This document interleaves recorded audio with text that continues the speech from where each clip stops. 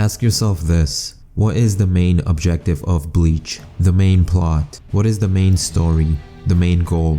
Through Ichigo's eyes, it is clear as day: save his friends, protect all those around him, and get stronger in order to do so. But through a select few, it is quite different, but also similar in how their intentions all revolve around the main character. Bleach has often been likened as a chess match to control one man, Ichigo Kurosaki. When looked through the eyes of the two biggest players in Bleach, it makes sense. The two characters who can be credited for most of Ichigo's growth in Aizen and Urahara. They both were incredibly vital in Ichigo's ascent, so much so that it gives you the feeling that this could not have just been a coincidence. For these two, the main objective of Bleach could have very well been to cultivate this weapon of mass destruction that is Ichigo. While it was Aizen that set the framework of things, the overall plan, it was Urahara who would be on the field working to ensure everything works out. Without either side, things wouldn't have been possible. Like two sides of one coin, both were vital in the rise of the heroic hybrid, the world's greatest protector. Both perhaps sought to satisfy a thirst of curiosity in seeing how powerful a being could become in Ichigo. As mentioned earlier, Aizen sought an equal, so that could have very well been his motivation behind Ichigo. Or maybe he truly wanted to change the world and thought that Ichigo would be the weapon to do exactly that.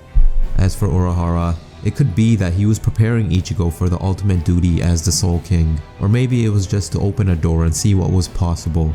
I would also like to think that Urahara brought up Ichigo so that there would be someone to stop him if needed, if he were to become corrupt. And so did Urahara train Ichigo to be an absolute weapon, so that if he does fall, if he does go mad, if he eventually descends into darkness, someone will be there to take care of it? All of this will be discussed soon as I'll make a thorough rundown of Urahara, so be sure to sub for that video.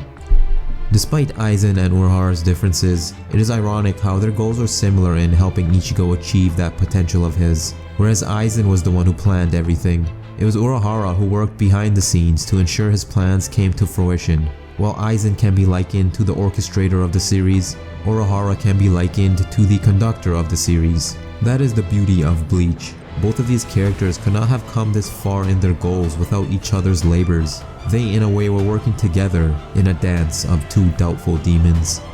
All that said, a chess match won't be the best analogy because there are more than two big players in this game. Many others were vying for control of Ichigo in their own ways, for their own reasons, and they all had a part to play in his development.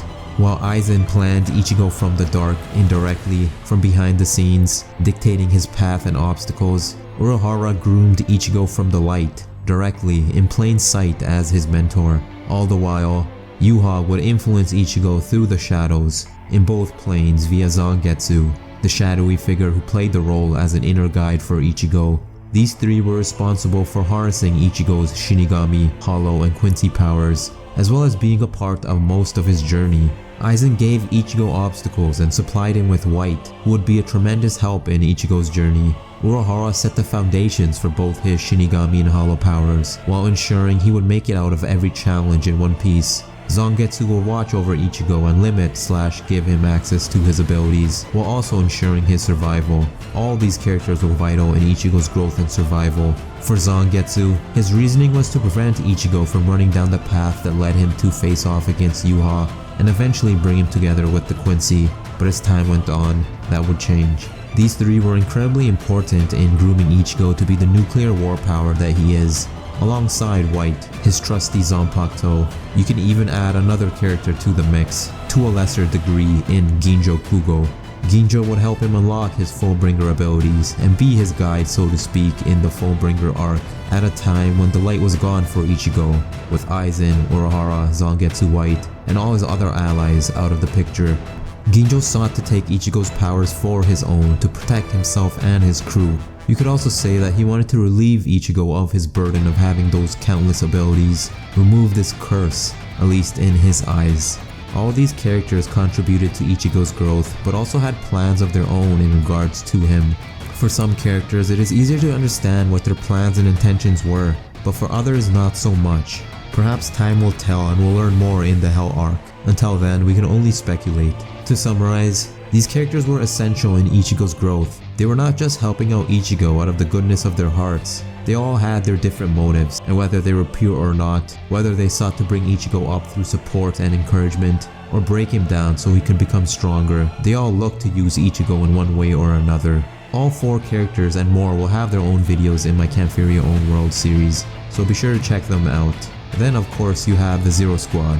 In the eyes of the top Shinigami, you can see that they viewed Ichigo as a potential Soul King replacement if something were to happen to the current one. I am sure Ichibei and Zero Squad must have been watching over Ichigo very closely for that very reason. Although they did not have a big part to play in his development like the others, they did get involved early in Thousand Year Blood War, and again, there was a reason for all of it. It was not just out of the goodness of their heart, so that he can conquer the Quincy, but rather as a plan B in case the current Soul King cannot continue his duties. For the Zero Squad, their sole mission was to ensure the stability of the world, and so you cannot really blame them for their intentions behind Ichigo. It was Ichibei's duty to ensure the world continues on and runs like it currently does.